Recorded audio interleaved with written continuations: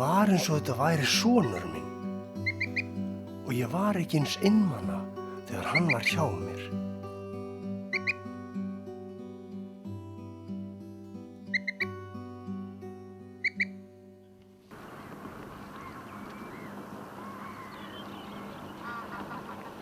Komið frá Skotlandi á vorið, hingað til Íslands, svona byrja að sjást hérna upp á miðjum mars.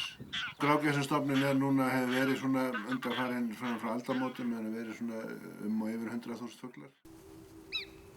En hann elskaði að fara í göngutúr.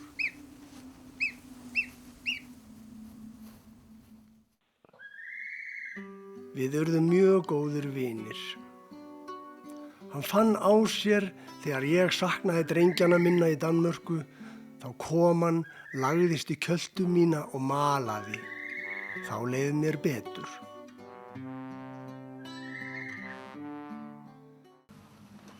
Happy? Yeah? Yes. Þetta er GPS móttökutæki í þessu og svo er GSM senditæki, þannig að hún safnar staðsendingum á minniskubb sem er þetta og sólarraflaði framan á. Að sjálfsögðu hafði hann áhuga á því sem ég var að gera. Ekki. Nú var komið að því að sleppa honum út í náttúruna.